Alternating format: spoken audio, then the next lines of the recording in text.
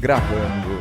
Sejam bem-vindos ao Estema Podcast. Eu sou o Fábio Bessa e aqui do meu lado, como sempre, Thiago Kawamura. Tudo bem, Fábio Bessa? Tô bem, você tá bem, cara? Tô ótimo, cara. A gente tá atingindo outros patamares hoje, Outros né? patamares, cara.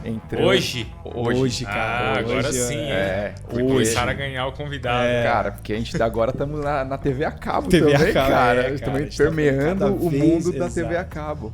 Trouxemos hoje o nosso terceiro jornalista aqui. A gente já trouxe o Capriotti, Janaína da Globo, e agora estamos trazendo o Bruno Vicari da ESPN. Que moral, hein? Que moral, cara. Caramba, conseguimos tirar ele lá do Sport Center pra vir falar com a A gente gente. teve que assinar vários termos lá de representação. O pessoal acha que é fácil, que é só convidar, mas não é vários termos, não. pedir autorização. Tem um protocolo, assim, Disney pra ser liberado. Verdade. Mas Dizem, rola, né? rola uma. Você tem que avisar que você. Assim, a gente não. Enfim, a gente é pequeno, mas qualquer coisa que você vai dar eu sempre entrevista, aviso, você tem que avisar. Claro, eu sempre aviso, mas não é um pedido de permissão. Só aviso, pô, vou lá no podcast e tal.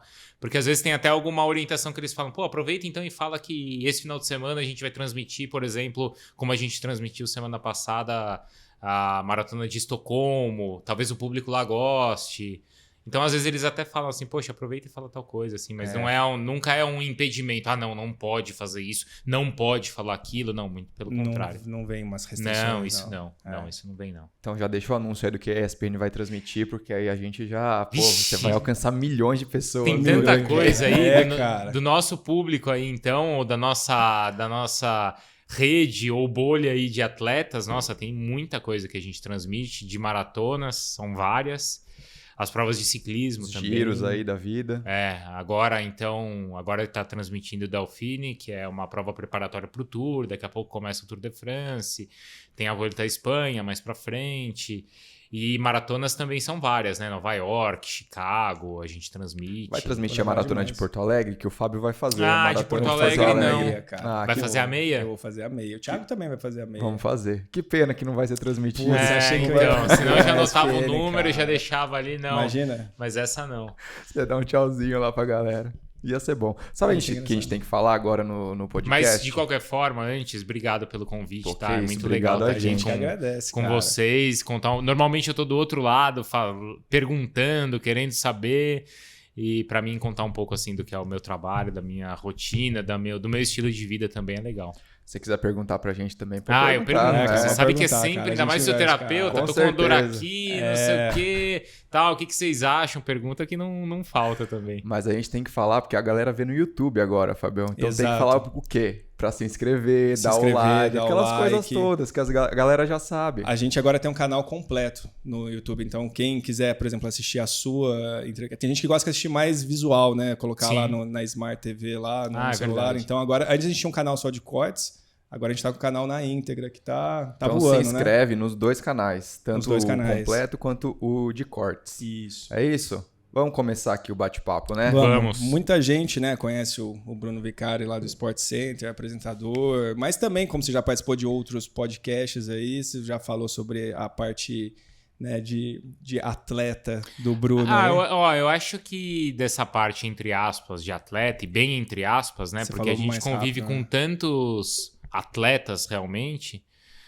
Eu não sei se eu não lembro assim de ter ido em um podcast pra falar só disso. Claro que eu não vou você comentou por cima. Comentei, eu fui em alguns, eu fui no Flow, fui no Esporte Clube ali também. No Flow você só ficou falando do Flamengo e Palmeiras, tava ouvindo. Falei muito de Flamengo e Palmeiras porque era uma semana de final da Libertadores. Foi antes ou foi depois da Libertadores? Foi depois da Libertadores, mas foi no final do ano passado, né? Então eu falei bastante mesmo. Mas Bruno... essa coisa de, entre aspas, atleta amador, não é sempre assim que as pessoas... As pessoas gostam de saber, mas nesses podcasts assim, isso é um mundo muito...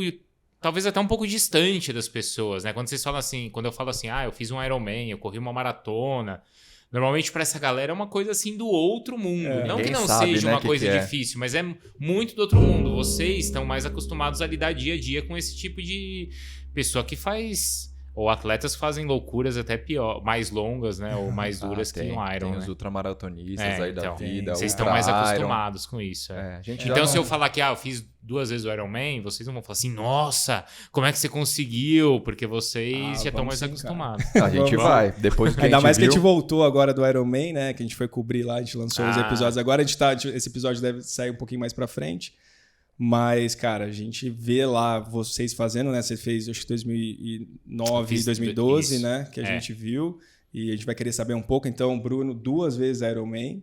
E um Ironman bem documentado, né? Pelo SBT Repórter. A gente assistiu. Vocês assistiram? Eu assisti, cara. Que legal. Inteiro, cara. Que legal. Tem disponível, acho que são 3 partes. São 3 partes, no YouTube. Dá quase 1 hora, mas deve ter uns...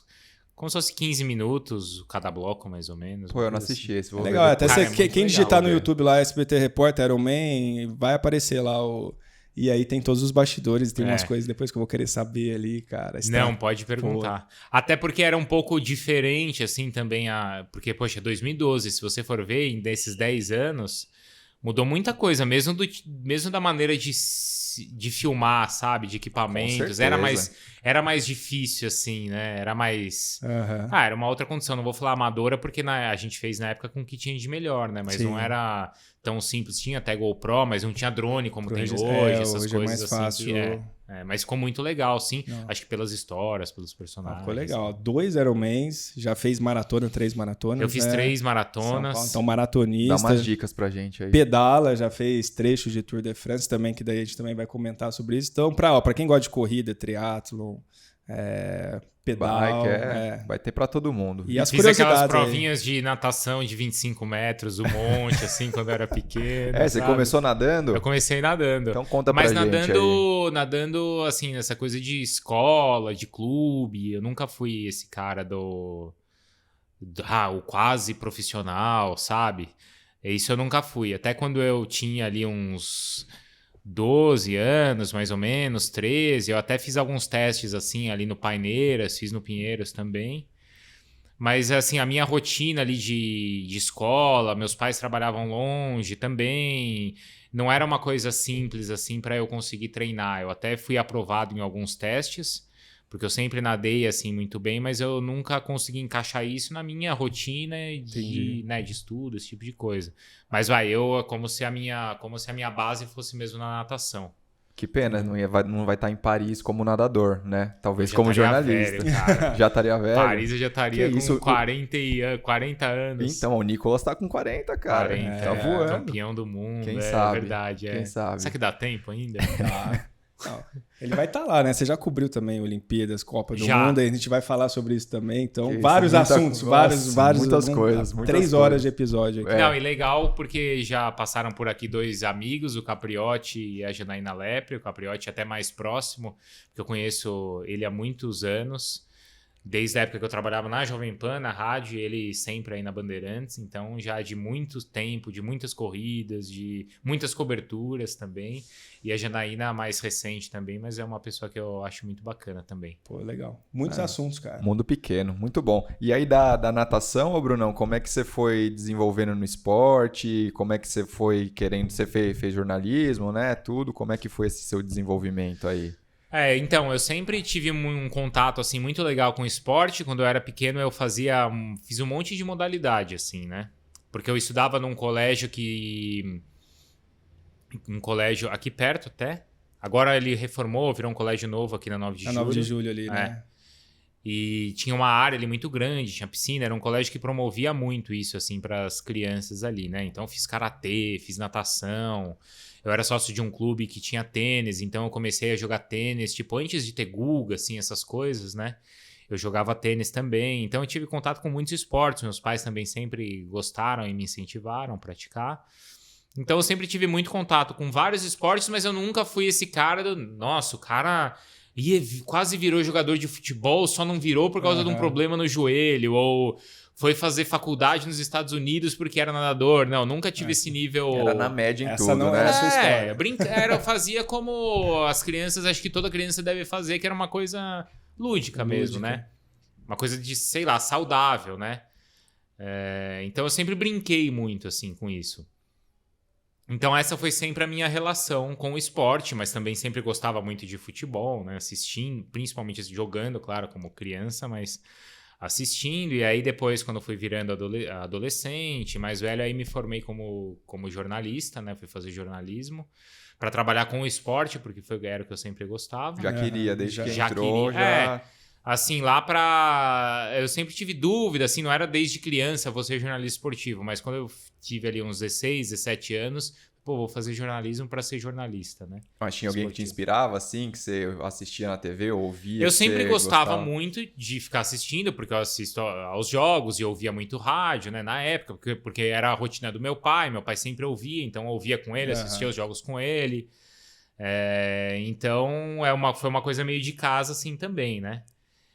E aí é uma coisa que eu até sempre conto e brinco. Depois eu tive a felicidade de, ao me formar, trabalhar com todas as pessoas que eu sempre assistia e Isso ouvia. é legal, né, Deve cara? ser muito legal, né? E aprendia com eles. Então, quando eu comecei a trabalhar, eu comecei na Jovem Pan, na rádio, em 2003. Foi o primeiro Foi meu primeiro emprego, Então, ali, eu vi o Milton Neves, né? Imagina, Eu aprendia muito aprendi com todos eles, né? Com o Milton, com o Flávio Prado, com o Vanderlei Nogueira, com o Cláudio Karsug. Tá doido, só monstro. Só os caras das antigas, assim, né? Que ainda hoje são ainda referências, né?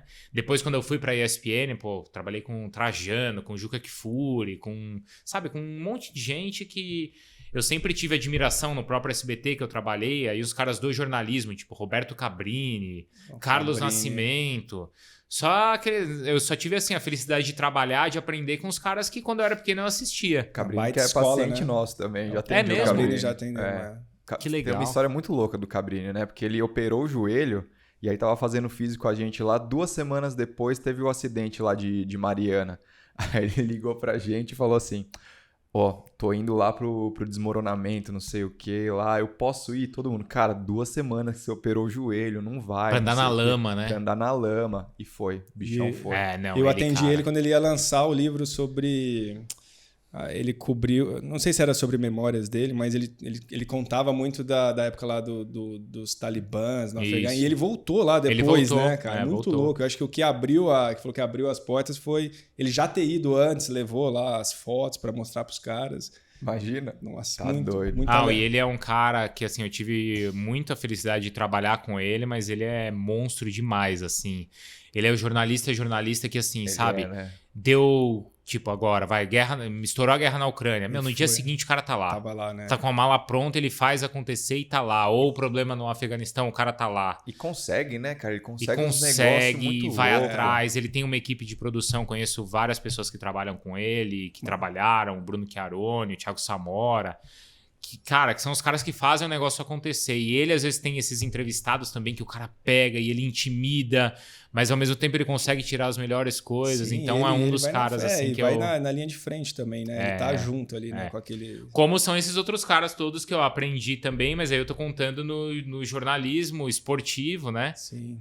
Pô, mas baita escola, hein, cara? Você já entrar na Jovem Pan desde o começo. E lá você fazia o quê no começo? Então, quando eu entrei, eu fiquei, assim, 1 ano e meio trabalhando como estagiário mesmo. E, assim, era sem estagiário, você não tem salário, não tem nada. Só assim, cara, vem aí, e vai aprendendo, e fica aí, vai vendo. E era foi onde eu aprendi. Então, eu fazia a produção dos programas, né? Ajudava, assim, a editar o material, né? As coisas de você ligar para repórter, precisa gravar tal coisa, grava um boletim, grava uma manchete para entrar no ar, né? E ficava ligando.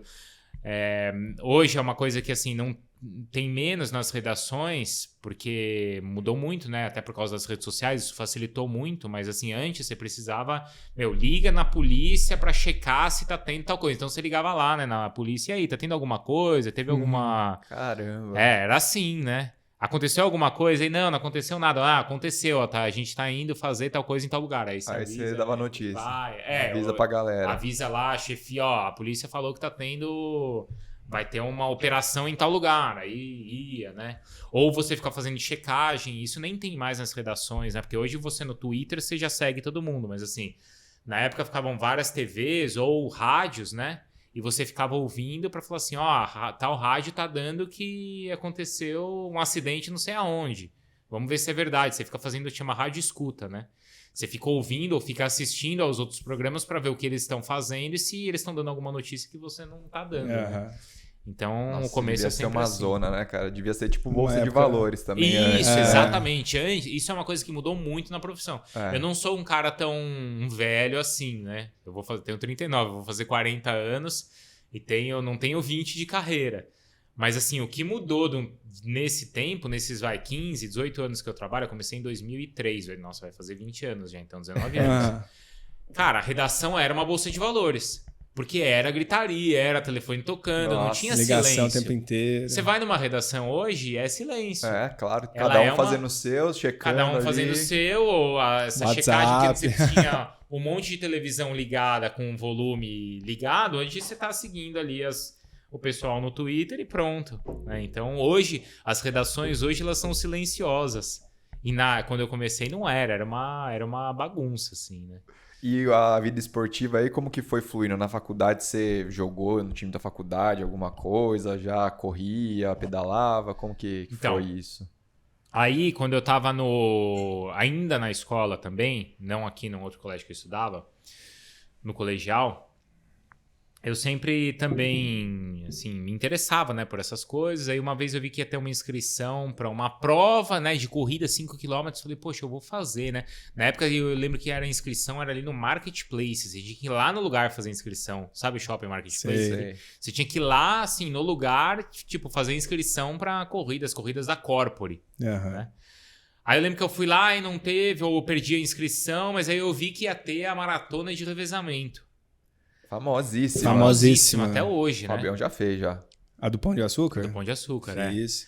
E aí... Inclusive a Janaína, ela falou que foi Também, o Capri também. O Capri também. Foram as primeiras corridas a que primeira eles corrida fizeram. que eu fiz foi essa. É. Olha que São coisa jornalistas legal. aí, ó, que fazem essa corrida aí. Todo jornalista, Então, o jornalista fez. fez. Não, mas quanta gente, porque é uma Iniciou, coisa que né? iniciou e olha como é importante, né? Sim. Porque eu acho até que quando eles criaram, já ouvi isso em entrevistas, né, deles, que a ideia era essa, né? Em fazer o grupo ali, o pessoal da empresa correr e olha quanta gente que acabou indo por esse lado também por causa disso.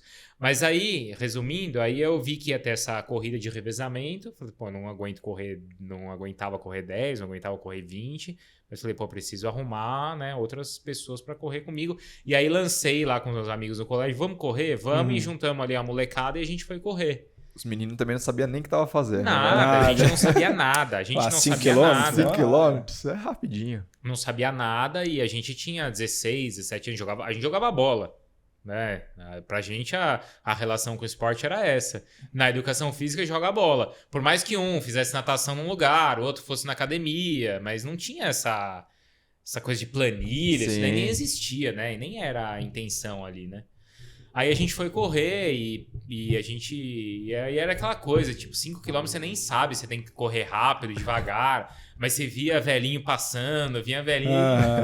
né? E aí era legal, né? E assim, o dia seguinte quebrado, porque por mais que a gente falasse, vamos ali treinar, a gente treinava ali na Avenida Sumaré, né? Tem ali a subida e tal. Mas era assim, vamos até o final e volta. Quanto será que correu? Você nem sabia quanto tinha corrido. Deve ter dado uns 3 quilômetros. A gente nem tinha noção, né? Por mais que o professor ali de educação física tivesse ajudado a gente, assim, né? Mas assim, de uma maneira bem precária, entre aspas, né? Vai lá e corre, né? Foi mais ou menos assim. E a gente também não estava preocupado em correr e fazer. A gente queria, ir lá e se divertir, ganhar medalha e tal, né? E isso foi a Maratona Pão de Açúcar de 99. 99. O Thiago tava nascendo. Que isso, não, já tinha 6 anos. Tinha 6 anos, garoto, moleque jovem. Respeita a minha história do esporte. Isso aí foi a Maratona Pão de Açúcar de revezamento de 99. Aí a gente acho que voltou no ano seguinte, em 2000. Aí em 2000 eu corri a São Silvestre. Falei, cara, eu vou correr a São Silvestre. E foi a primeira vez que eu corri a São Silvestre, foi no ano 2000. Aquela zona. Aquela zona. Aí, cara, arrebentado. Fiquei assim, tipo, uma semana arrebentado. Sem andar depois. Porque assim, ali eu lembro até hoje da sensação, que foi assim, corri 15 km, quando você cruza a linha e eu parei, já me travou tudo. Ferrou, não sobe a calçada Não mais, né? subia, não subia. Por mais que eu fosse também moleque, assim, por mais que jogasse bola, Ah, é essas subida Aquilo no já é muito final tempo, também, né? 15K. subida no final. E ao mesmo tempo eu tinha uns amigos ali também no prédio onde eu morava, e a gente de domingo de manhã saía pra andar de bicicleta, então saía assim pela cidade pra andar, vinha até Ibirapuera, voltava. Mas não tinha que nem tem hoje, assim, ciclovia, ciclofaixa. Hoje existe até uma cultura na cidade, né? Para o domingo de manhã a galera ir pedalar, né? Sim, você vê a galera, Na época né? não tinha, né? Então eu sempre tive, assim, relacionado ao esporte, como Mas eu nada contei muito pra vocês, sério, mas né? nada muito sério. Eu não era o cara que, esse moleque é um fenômeno e eu até era mais gordinho, assim, né? Eu gostava de fazer, assim, praticar, me divertir, mas eu nunca fui um fenômeno. Então, desde 99 que eu participo, assim, das corridas, né? Aí, claro, depois entrei na faculdade, não era uma coisa que eu fazia, assim, com frequência, de todo final de semana, assim, sério. Aí, na faculdade, como tinha os jogos universitários ali, né, do comunicação, é o Juca. E eu estudei no Mackenzie a cultura esportiva é muito forte, né? Na época, a nossa atlética ali de comunicação não era a mais forte dentro do Mackenzie, tinham as outras mais fortes, mas quando a gente ia pro Juca, a gente era mais forte que as outras faculdades. Sim. Então, assim, quando tinha a disputa interna dentro do Mackenzie, a nossa atlética era, tipo, a mais fraca. Eu fui de físio pro Juca já, fui com a ECA USP, depois fui com o Mackenzie também. Então conheço um pessoal. Mas era no Juca. No Juca. No Juca. Ah, no Juca, então. Então assim, cara, é bem pegado mesmo. Galera leva a sério no Juca. Então. Mas assim, a nossa atlética era mais... No Juca a gente era muito forte, ganhava assim todo ano com facilidade. Mas dentro do Mackenzie... Dentro do Mackenzie não, era tipo a última colocada, né? E aí eu era do time ali de natação do Mackenzie. Mas tinha uma galera muito boa ali no nosso time de natação. Você nadava o quê? Eu nadava crawl e nadava borboleta. Só que assim... Só que assim, nessa galera ali na faculdade, tinha uma galera que era dos clubes mesmo, que tava fazendo faculdade, que tava lá, então era muito forte. Então assim, no próprio Juca, eu lembro que a seletiva pra ver o time que ia pro Juca era mais forte do que a própria competição no Juca, entendeu? Sim. Era uma pegada meio, sabe, Estados Unidos na Olimpíada, assim? Que algumas disputas internas dos Estados Unidos talvez sejam mais disputadas do que a competição. A competição. Mas então eu fazia parte do time, também não era o melhor nadador, mas já era ali do time, né? Tava lá. Tava lá Isso é e ganhava importante. medalha. Ia pro Juca, ganhava medalha também, mesmo nas minhas provas, as que eu conseguia me classificar, quando eu ia e ganhava medalha. Eu fazia parte dos revezamentos, então também sempre ganhava. Então tem um monte de medalha, assim, do Juca, né? E tinha uma galera lá que era do triatlon, que nadava com a gente, que era do triatlon. E aí a pessoa falou, pô, você já corre um pouco, já pedala, vamos começar a fazer triatlon e tal. Então eu comecei a descobrir o triatlon ali. Tinha uma galera na faculdade lá. Nesse time de natação da faculdade, tinha uma galera que era do triatlon, né? Uma galera boa também. Aí foi entrando ali no triatlon. Isso, aí eu fui descobrindo, aí eu vi que tinha Aí uma vez eu vi que tinha eu já pedalava, gostava muito de pedalar, já tava... Aí nisso eu já tava... Isso já era 2007, mais ou menos. Eu já tava trabalhando na Jovem Pan, eu escrevia para uma revista, a revista VO2 e a revista O2, que era uma revista de ciclismo e triatlon, e a O2, né, super famosa também de corrida, então eu já tinha também muito contato. Eu sempre adorei ciclismo também por outros motivos, né, que posso contar aqui também. Então eu já era um jornalista também especializado em ciclismo e já pedalava também por isso. Aí eu vi que ia ter um Troféu Brasil de triatlon ali na USP, como ainda tem, né? E aí eu me inscrevi para fazer ali, mas assim, também, assim, eu vou fazer as três coisas ao mesmo tempo, né? Eu não segui, assim, uma planilha muito certa, né? Mas fiz ali, fiz bem, né? Era um short, fiz. Até era um percurso meio confuso. Eu lembro que eu tava, assim, entre os primeiros ali da bike. Aí o cara da frente meio que errou a entrada, eu também errei. E no final, tipo, a gente fez um percurso errado. Mas, assim, eu fiz a prova. Aí um amigo meu falou assim, pô, vamos, o Roy, que é do Equilíbrio e Performance, o Roy Siqueira, que meu, é um finíssima. Gente finíssima, falou assim, não, vamos treinar, tal. Aí eu já conhecia ele, e aí eu comecei a treinar com ele, né? E aí eu comecei a fazer as provas de triatlon mesmo. Aí então vai, assim, de mais sério, ou com mais frequência, as provas de corrida, triatlon e ciclismo, de 2007 para cá. Aí você treinando com o Roy. Treinando com o Roy, na época o Roy era da assessoria da Limiar, né? Então tinha o Roy, o Rodrigo Tomé, e eu treinava com os dois. E eles também faziam as provas e eu treinava junto com eles. Na época eles estavam também se formando, começando, então a gente tem a mesma idade, né, mais ou menos. Então, tipo, a gente era jovem, na época a gente tinha, sei lá quantos anos, 25, 26 anos, então a gente treinava junto e competia junto. Só que hoje, pô, ele corre maratona aí abaixo de 3, tá de 3, Não, 2, e ele tá 50. e ele tá com um grupo bom, assim, de alunos, né, Muito. que seguem ele, foram pra Boston, tudo... Não, só os caras. Não, ele é um cara, pelotão. ele é um profissional, assim, excelente, né?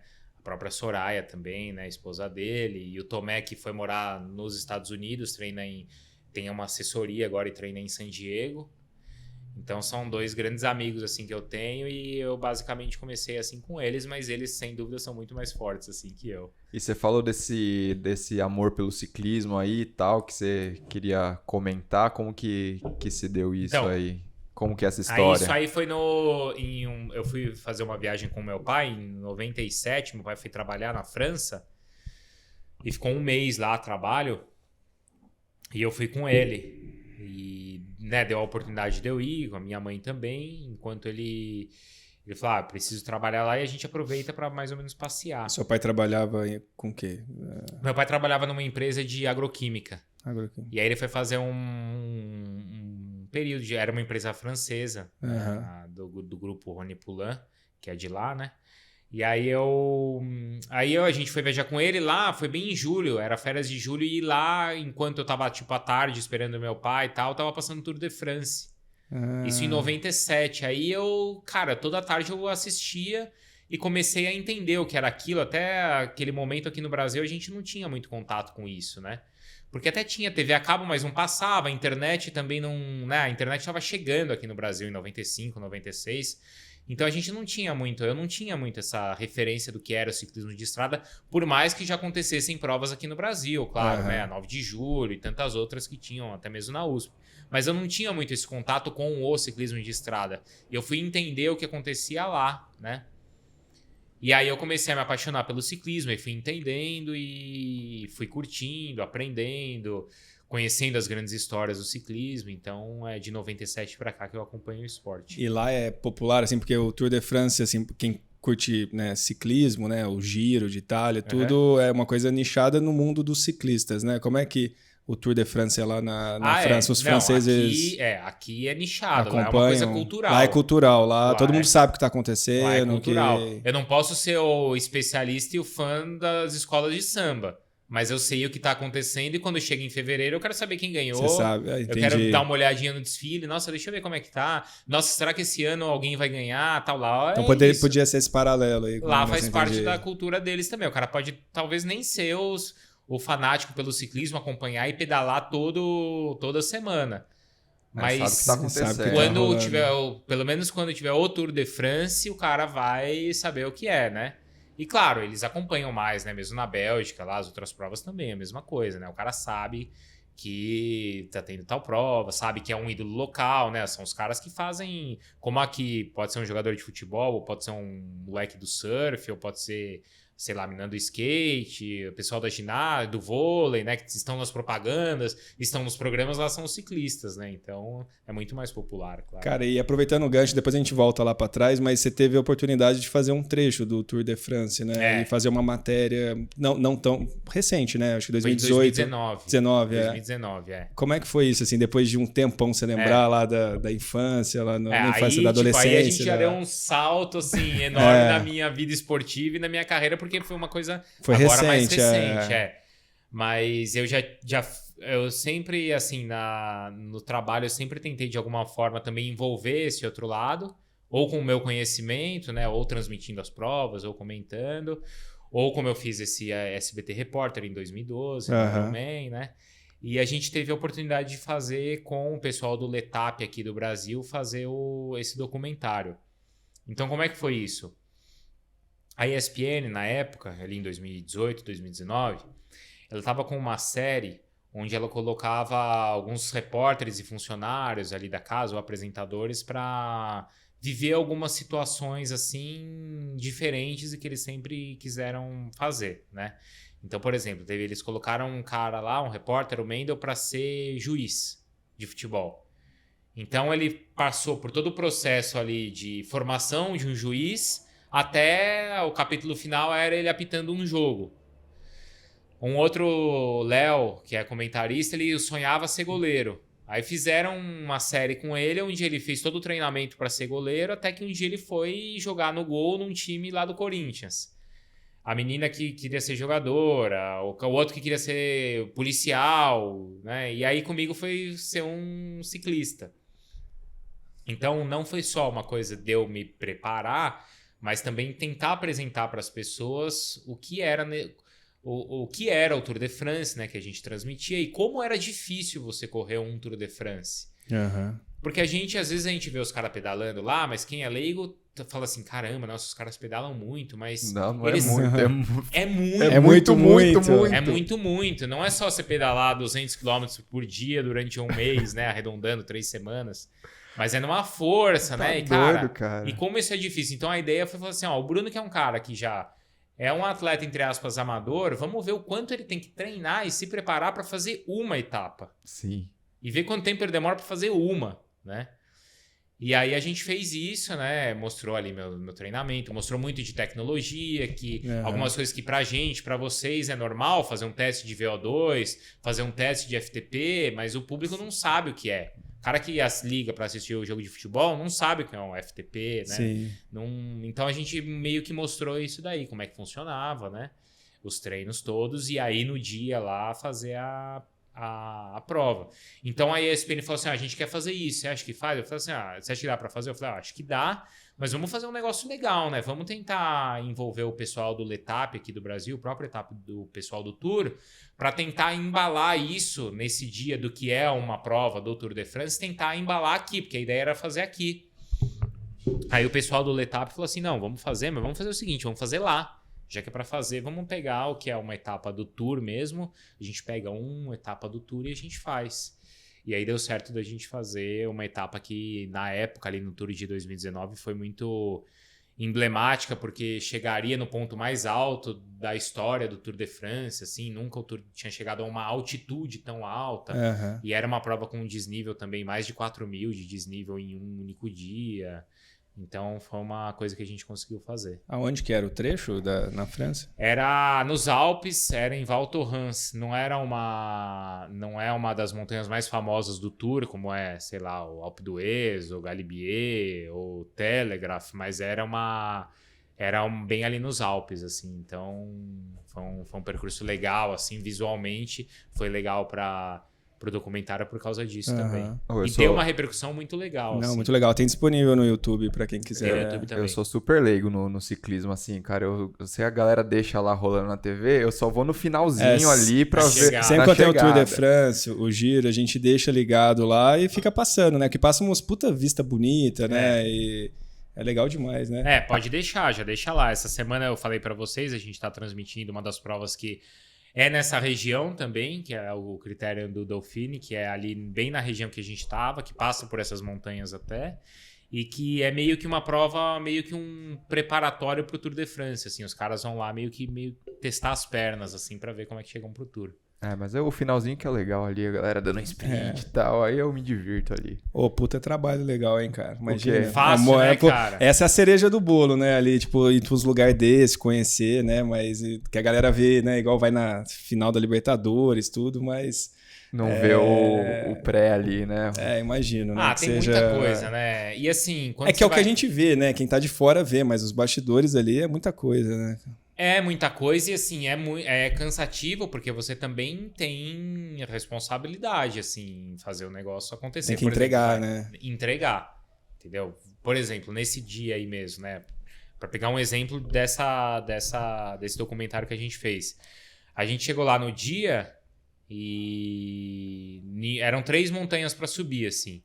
Aí eu lembro que chegou na segunda... Não, era na primeira ainda. A gente fez tal e, cara, beleza, agora desce. Eu peguei e desci. Vum. Meu, quando chegou lá embaixo, o carro que tava atrás, assim, filmando, né? Veio e falou assim, Bruno, a gente não pegou nada da sua descida. Mentira. Meu, você tá num puta lugar aqui, paradisíaco, e era, meu, um lugar lindo mesmo, lindo, maravilhoso. Cara, a gente não tem uma imagem de você descendo. Então, meu, volta e vamos fazer tudo lá de novo. Aí tudo bem, que o volta é assim, meu, entra no carro, a gente leva lá em cima e você desce, né? Tá, beleza, então vamos, né? Mas, pô, você cansa, né? Porque aí você sobe. Aí o desce era assim, tá, eu preciso da imagem, então, tipo, era como se eu fosse descendo assim num zigue-zague, né? Então, assim, eu descia, tá. Aí o carro me passava, eu esperava, aí eu descia, aí o carro me passava, esperava, eu descia. TV, cara, TV. Pra você tinha que ter a imagem, né? Até porque, quando a gente fala assim, cara, as imagens do Tour de France lá...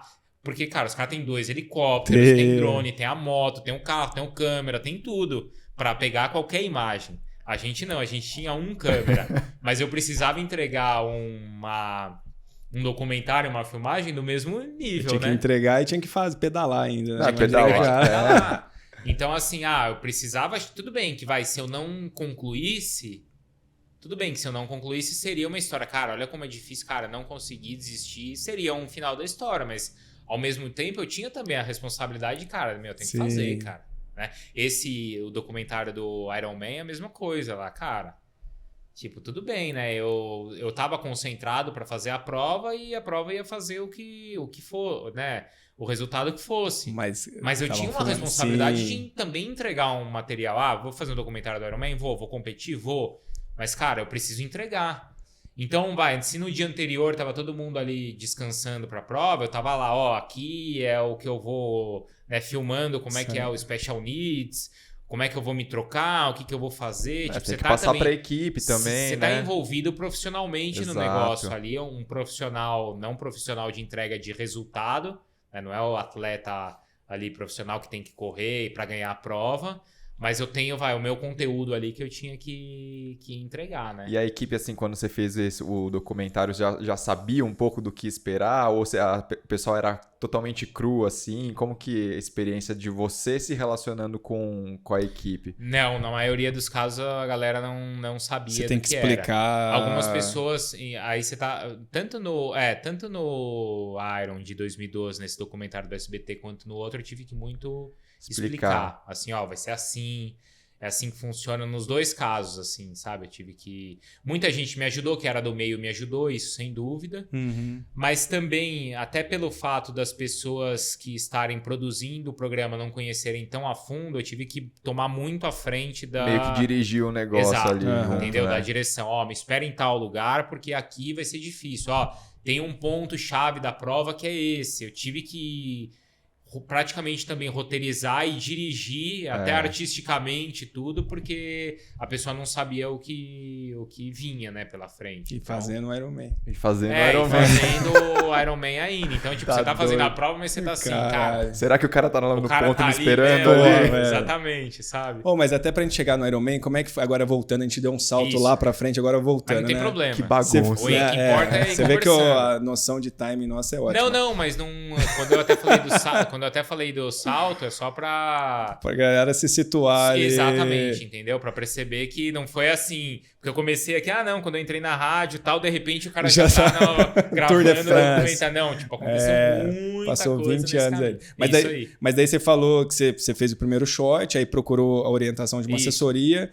E entre o short e o caminho até chegar no Ironman, né, pela evolução nas distâncias, isso foi meio natural? Querer fazer volume maior? Foi de maneira errada. Foi de maneira errada.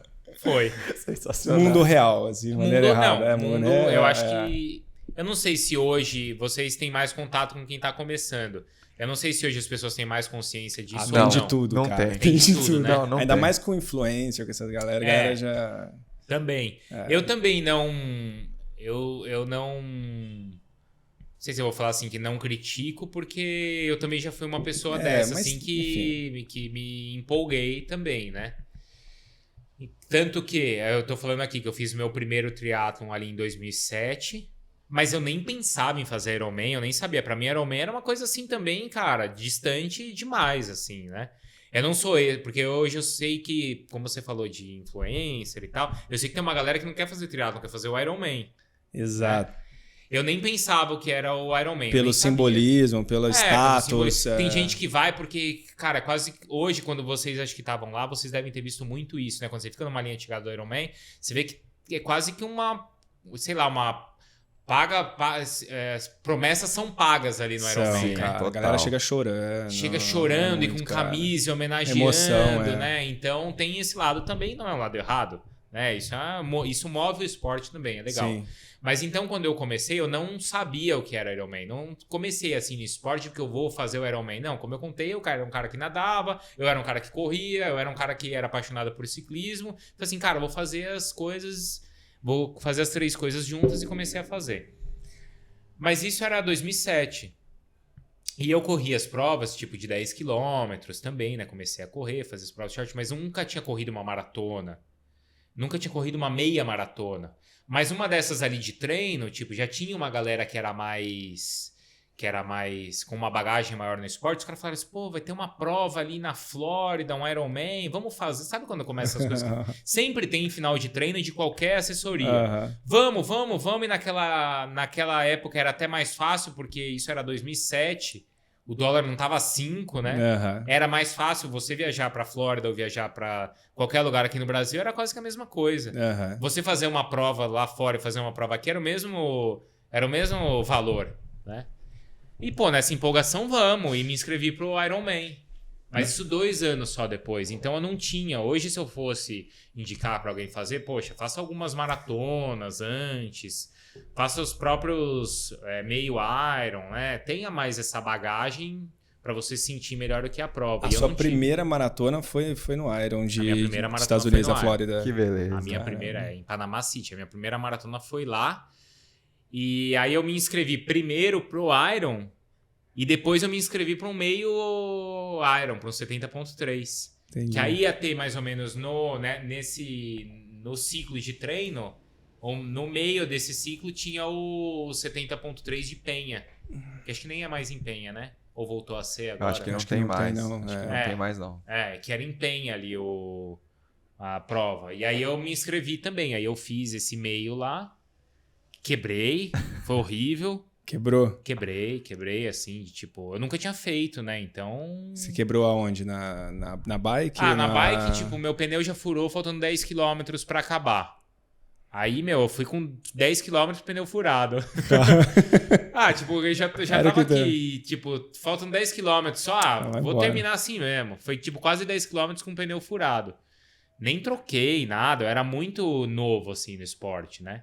Nem sabia trocar. A real é essa. Era melhor ir furado porque eu não sabia trocar. Não, mas assim, putz, cara, eu vou perder tempo aqui... Mas eu olhava ali, né, no relógio, tipo, no relógio nem era GPS, era o Katai, né? Ainda assim, né? Falta menos de 10 km, vambora. E fui e terminei a prova assim.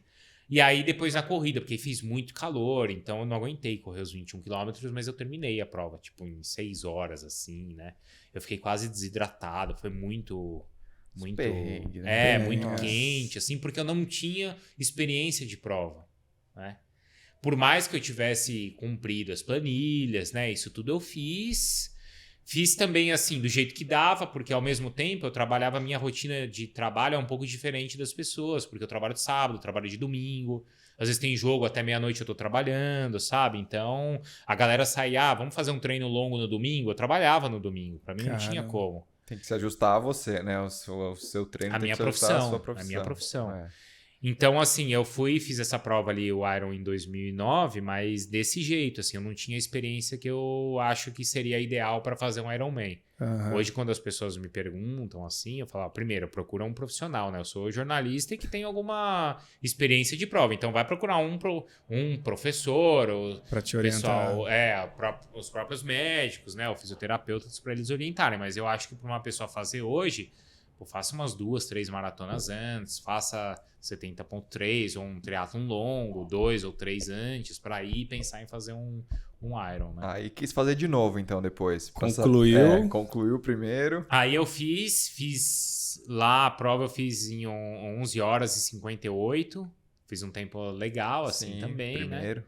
Primeiro, fui bem, assim, né? Fiz, acho que dentro do que eu tava treinado pra fazer, né? Não foi... Sofreu muito que nem no meio aí que você fez ou já foi um pouco melhor, assim? Não, eu acho que foi... Não, foi melhor. Acho que eu não sofri tanto. É claro, é óbvio que correr 42 quilômetros é mais difícil do que correr Sim. 21. Mas eu já tava... Mas não furou pneu? Não. Isso é a prova de a bike eu fiz, assim, normal, como eu tinha que fazer. E a corrida, eu corri o que dava pra correr, assim, né? Também me lesionei um pouco, né? Tive uma lesãozinha assim no joelho, assim, de meio que patela, assim, sabe? De impacto mesmo, né? Por justamente não ter esse volume todo de prova e né, que eu deveria ter tido. Mas aí fui lá, corri, assim, fiz a prova desse jeito, mas assim, não foi sofrido, assim. Foi difícil, claro. Também fiquei arrebentado, assim, uma semana arrebentado. Mas fiz. Aí depois depois disso, aí isso foi em 2009, né? Aí 2010, 2011 eu fiz outras provas, aí fiz outros 70.3. E aí em 2012 eu fui fazer o Iron também aqui no Brasil. Em Floripa. Aí já tava melhor treinado, já tinha mais experiência, né? Já tava com uma bagagem melhor, assim, no esporte. Mas, ao mesmo tempo, pra mim era muito difícil fazer os treinos longos, né? E não tem jeito, cara. A prova, o Ironman é o treino que você faz, né? É volume, exatamente. Então, por exemplo, eu lembro de um treino que eu fiz, eu fazia... Não tinha isso pra mim de pedalar na estrada. Porque exigia um deslocamento, era um tempo muito... Já era tempo perdido de ir pra tal lugar, sabe? Treinar, e você tinha pedalar. Que trabalhar. Eu tinha que trabalhar. Então, assim, eu fiz treino longo de 160, 170. Rolo. Na USP. Ah, na USP. Cara, Não, na USP, cara. Então, assim, teve dias, sem brincadeira, que eu fiz, sei lá, comecei a pedalar na USP 6 da manhã, pedalei até quase meio-dia, saí de lá direto e fui pro trabalho, porque 1 da tarde eu apresentava o programa na Jovem Pan. Então, assim, um intervalo de 1 hora eu já tava lá trabalhando. Nossa, sabe? O pessoal na Jovem Pan nem imaginava que tinha acontecido. Até sabia, assim, puta, mano, o Bruno, tá chegando aqui, né, acabado, assim, mas assim, eu profissionalmente tinha que estar bem pra fazer e fazia, né? Só que aí que tá a diferença, aí, pô, a galera que treinava comigo, cara, passava a tarde inteira de sábado jogada, tinha almoçado bem, descansando, e massagem, não sei o quê, e eu não. Você tava lá, apresentando. Trabalhar, Então, assim, não era condição de treino também ideal para se fazer uma prova longa, mas era o que eu conseguia fazer. Sim. Mas é o que a gente sempre fala aqui, cara, porque é isso, a gente não é profissional do esporte, Exato. né? Todo mundo fala aqui isso, que vai lidando ali, adaptando na rotina. E se você for esperar o momento ideal para fazer, você nunca vai fazer. Não tem. A não ser que amanhã você ganhe na Mega Sena e você fala, cara, agora eu vou só treinar. Né? Pelo menos acho que não é a realidade da maioria das pessoas, né? Sim. E aí aí eu já tava melhor treinado e tal. Só que quando eu tava fazendo um desses treinos, e aí já rolava a ciclovia aqui, porque no começo, naquele primeiro Iron, nem ciclovia tinha na Marginal. Nesse segundo já tinha ciclovia ali na Marginal, e aí era a ciclovia completa, né? De 20 quilômetros de extensão. Em um desses treinos eu caí ali na Marginal e quebrei a clavícula. Puta. Faltando quanto tempo pro Iron? Foi em fevereiro, faltava 2 meses. Nossa, mais ou menos 3 meses. Eu quebrei a clavícula. Foi no tempo certinho pra conseguir recuperar. Não foi uma quebra assim, mas foi tipo uma fissura. Uma trincadinha. Uma trincadinha, aqui. Não precisei operar, mas eu fiquei ali, né, cara, com uma tipóia assim, e fiquei um bom tempo sem poder mexer ali, né? Então, assim, isso foi em fevereiro, foi tipo começo de fevereiro, acho que não dava 10 semanas, assim, pra prova, né? E eu fiquei um tempo só aqui, aí eu não conseguia correr, aí até tentei fazer o rolo. E aí essa história tá nesse documentário do SBT nesse documentário. Assistam. Tá lá, porque tem eu me recuperando, tem eu fazendo tratamento com o Ale Ferrari, que foi um fisioterapeuta que sempre me acompanhou. Não sei se você eu vi, não conheço pessoalmente ele, mas sei ele quem tá lá é. no documentário e mostra eu fazendo ali algumas Mostra as imagens da radiografia Tem, também, né? da consolidação. Pra ver que não é mentira. O Fabião é stalker, ele vê tudo, cara. Eu assisti Quando tudo, o convidado cara. vem aqui, E é ele pega legal. o final de semana e Pô, mas como vê. é que você... Vou falar como é que você cavou uma matéria do Iron Man? Foi tipo, o pessoal sabia que você ia fazer e surgiu a oportunidade? Ou você tava lá, pauta pra matéria, falou, não, vamos registrar que eu vou fazer? Não, então, isso aí é legal também. Foi uma pessoa que me ajudou muito Essa é uma história que é legal até. Porque o diretor artístico do SBT é o Fernando Pelégio. E ele é um cara, assim... ele é muito importante no SBT. Ele é o diretor artístico, ele é a alta cúpula ali do comitê do Decide SBT. as coisas. Depois do Silvio é ele. Ele e mais alguns Ele é o diretor artístico. Existe um comitê lá e ele é uma dessas pessoas. De fato, ele é uma dessas pessoas. E ele é um cara que é corredor também. E ele treinava nas antigas, assim, com o próprio Ronaldo Martinelli, que hoje é o meu treinador na Five Ways. E ele era corredor, ele fez várias maratonas também. Agora faz uns anos já, ele tá parado. Então, a gente meio que se conheceu nisso também, né? De tipo, ele era um cara corredor, sabia que eu corria. A gente tinha até o mesmo treinador, né? As mesmas pessoas em comuns. Aí eu falei pra ele, pô, eu vou fazer o Iron Man e tal. Aí ele mesmo falou assim, pô, acho que a gente podia fazer um SBT Repórter e tal. Então foi meio que com ele que a ideia surgiu, assim, vamos fazer e tal, vai dar certo. E rolou. Então já foi uma coisa que era chancelada pelo diretor da emissora. Que legal, cara. Muito legal, muito. E aí foi tão legal que ele foi junto ali fazer a filmagem, tudo. Ele fez assim um trabalho... Ele, que era o diretorzão ali da emissora, foi fazer meio que um trabalho sujo, entre aspas, sim, ele né? se interessou pelo projeto. E ele tava ali, cobrir. tipo, na moto com a câmera aqui, assim, no ombro, filmando, porque ele já tinha sido cinegrafista. Aí já é tal. totalmente meu, diferente mas, do outro, mas né? é isso, que aí já quem tinha um curte, cara curte, que manjava e que tava interessado, ele tava interessado, ele já sabia animal. o que era, e assim, era até engraçado porque eu tinha acabado de entrar no SBT, assim. E aí quando eu falava pras pessoas assim, não, eu vou, mas quem que vai? Tipo, não, vai o Pelégio que vai lá. Os caras... Como assim? Ele carregou a câmera na sabe moto. assim, tipo, como o Pelé... Seria como assim, se hoje na Globo você falasse assim, cara, é o Boninho que tá segurando a câmera pra você. É o mesmo cargo, entendeu? Pra vocês entenderem. Eu acho até que o Pelégio dentro ali tem um cargo até superior, assim. Mas enfim, é como se fosse da hora, isso, cara, entendeu? Que legal. E ele é uma figura muito respeitada, assim, no meio, né? Na televisão, no entretenimento. Então ele foi um cara que me ajudou muito, assim, que comprou a ideia e que fez o negócio acontecer. Legal então, demais, foi cara. Foi uma figura aí muito legal. E foi bom esse Iron aí, terminou bem também. Não, então, aí voltando, aí eu consegui me recuperar da lesão. Mas assim, desde que eu me lesionei, eu não nadei. Aí é o seguinte, ó, não nada, né? O Ale lá, o fisioterapeuta, o médico também, né? Não, você não vai nadar, você vai nadar no dia da prova. E aí, o que der para depois você adaptar de corrida e ciclismo, você faz. Normalmente, faz tempo agora que eu não faço Iron, né? Isso eu tô contando de 10 anos e claro que o treino evoluiu em muitas coisas. Naquela época, por exemplo, a gente nem treinava com potência. Hoje até o treino é feito com potência de ciclismo, né? Naquela época nem tinha isso. Até, quer dizer, algumas pessoas até treinavam, mas assim, era uma coisa muito pró. Era uma coisa muito pró, não era comum. Então eles falaram assim, ó, era como se o treino tivesse 2 grandes ciclos assim de volume. Tá? Tipo, subia, descia. Nessa onda de 2 ciclos, eu fiz uma só. Uhum. Eu não fiz as 2, eu fiz uma. E só de corrida e de ciclismo. Mas a de natação não. A de natação, ó, você vai nadar no dia da prova. Pra mim, nadar nunca foi um problema, como eu contei pra vocês. Eu sempre nadei bem. Até no mar eu não nado tão bem porque eu sou meio perdido, assim. Eu não tenho não sou tão bom nadador de navegar, água aberta, né? assim, de navegação, Mas eu sempre nadei muito bem, assim. Tanto que quando sai, assim, as parciais ali da prova, a natação por mais que eu nem treine como deveria, ou, né, eu poderia até treinar mais, mas a natação eu vou sempre em primeiro. Até porque para muitos triatletas é uma dificuldade, né? Sim. Quase sempre, Para mim, não. Para mim, então, assim, fui lá, nadei no dia da prova e nadei bem, tipo, nadei em 1 hora. E como é que é pra você? Tipo, por exemplo, a gente foi agora no Ironman esse ano e saiu em ondas, né? De 10 em 10. 10 em 10. Cara, a imagem tem no documentário e até recentemente era assim, cara. Era Tiro 2000. bomba. Aí, cara, sério, a imagem aérea, legal. você não tá ligado, cara. É 2000 entrando na água na mesma hora. Você tomou umas pesadas lá? Toma, né? Toma.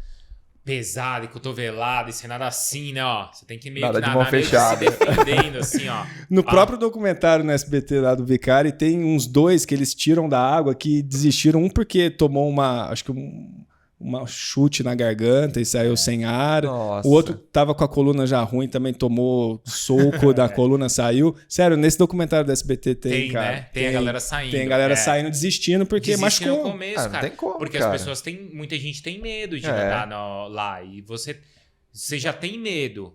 E você se vê numa situação dessa, é meio apavorante, assim, né? Mas pra mim isso nunca foi problema. Pra mim, não. Pra mim foi sempre divertido, assim. Isso daí nunca foi problema. Ali ainda era mais difícil, porque eu tava com medo da clavícula. E esse meu ombro aqui não tem nada a ver com a clavícula, mas esse meu ombro aqui sai do lugar.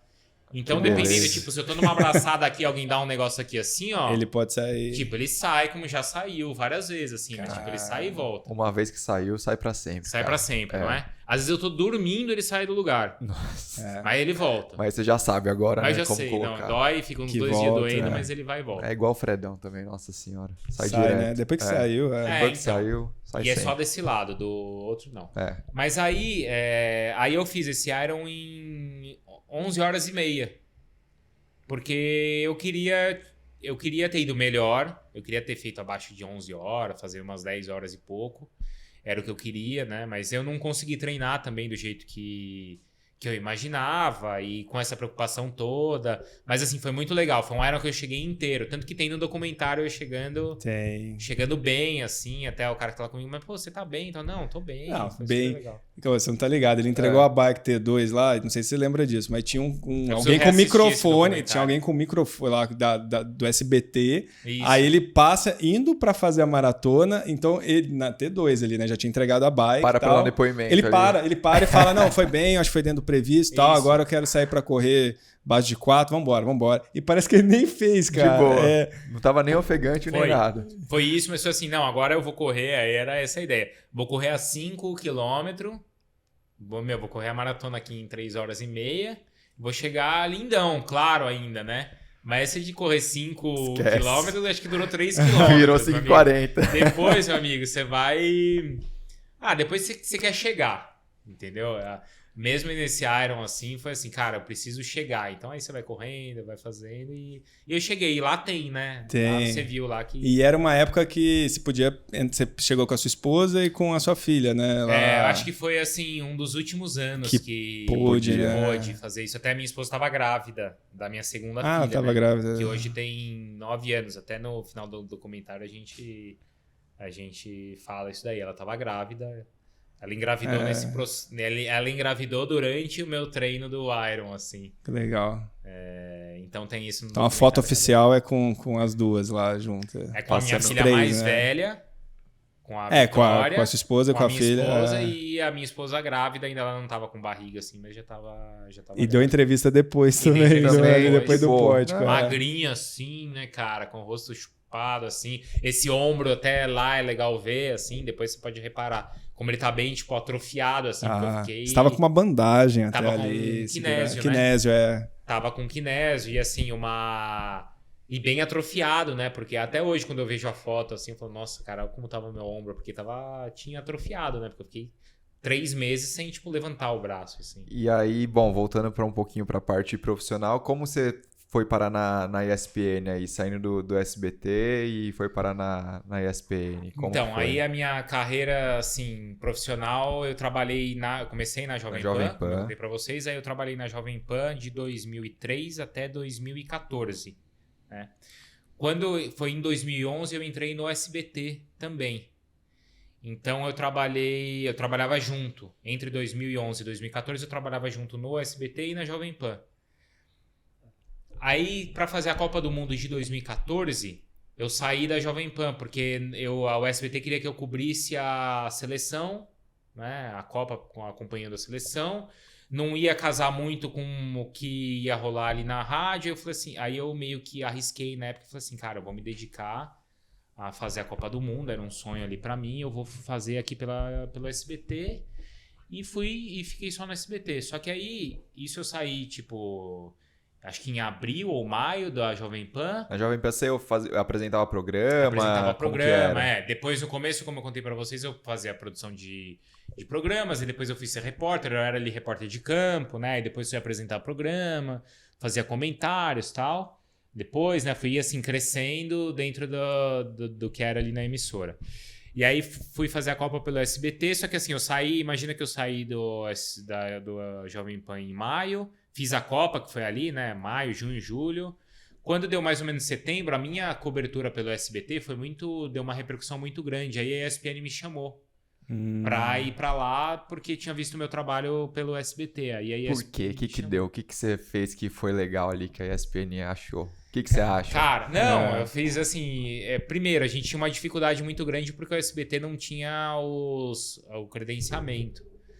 Então a gente tava sempre meio que, né? Não é essa coisa que na época, assim, tipo, global, né? Tipo, os caras da Globo ali, né? Dentro, estúdio de vidro lá e tal. dentro. E a gente, tipo, correria, né? Impostor ali. Tipo um negócio meio assim, né? Mas isso dava também uma liberdade muito grande pra gente opinar, né? Então, o que repercutiu muito ali na época, a gente acompanhava os treinos da seleção e eu criticava muito como a seleção durante a Copa estava se preparando para os jogos. Porque tinha uma logística muito difícil para o Brasil de ter que treinar em Teresópolis e viajava toda hora. E o Brasil quase que não treinava.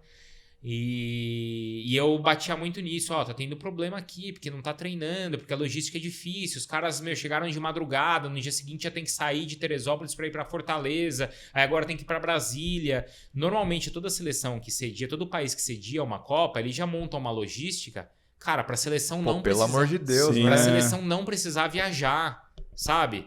Então era a grande vantagem de você ser um país sede é o quê? Cara, vou montar um esquema aqui. Bom e melhor. Pra eu ficar no melhor lugar, pra eu não precisar viajar e, descansar. O Brasil foi tudo o contrário.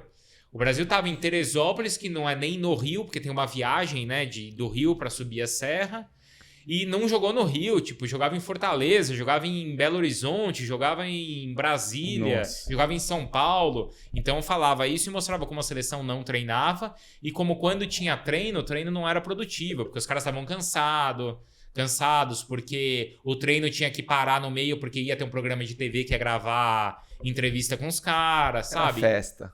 Exato. Parecia que era festa. Era isso. E você conhecia alguém, de dentro, assim, da seleção? Tinha contato muito próximo? Ou... Não, ninguém... Eu conhecia, jogador, assim, mas não assim. tinha niném, assim, que... Às vezes o cara fica meio... Puto, o cara tá falando mal aqui da gente, não sei o quê. Não, isso eu nunca tive. Mas eu falava assim, cara, tá tendo problema. Não sei o que vai acontecer, sabe? Porque não treina. E quando tem treino, não rende, né? E eu fiquei alertando isso durante toda... Até o fatídico. Entendeu? Claro que eu não imaginava que ia acontecer daquele jeito, Sim. né?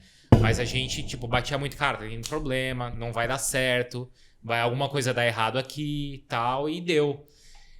E aí repercutiu muito na época, porque era assim, cara, olha, o cara tava falando, tava falando mesmo. Enquanto... os outros estavam muito assim, não, é o Brasil, vai dar certo. Na época tava meio que um oba-oba, eu tava indo pelo outro lado, porque eu tava... O brasileiro é assim, né? Sempre acredita, vai dar certo. Vai dar certo. E o que repercutiu foi isso, porque eu falei assim, cara, a gente tava aqui discutindo se o Fred tinha que usar o bigode ou não. Se o bigode do Fred era o bigode grosso ou não era o bigode, sabe assim? E a gente tava muito nessa do vai dar certo, vamos no oba-oba, até porque a gente tinha vindo de Copa das Confederações que tinha dado certo. Verdade. Que aquilo meio que iludiu todo mundo, né? E aí depois do 7x1, aí eu fiz um comentário assim, deu maior repercussão ali no jornal, porque eu fiz um baita de um desabafo. Tem no YouTube até se procurar isso daí. Na época com a Raquel Sherazade, que era comentarista lá do Jornal do SBT, e naquela época ela estava vivendo um momento assim onde ela tinha opiniões também muito fortes, verdade. assim. Então meio que casou a minha opinião com a dela e a gente fez um baita de um comentário ali e aquilo na época viralizou, assim, né? Então aí um pouco depois a ESPN me chamou para participar e para a ESPN. Aí eu fiquei trabalhando no SBT e na ESPN ao mesmo tempo. Também. Então eu tinha... E tudo nisso ainda treinando triatlo.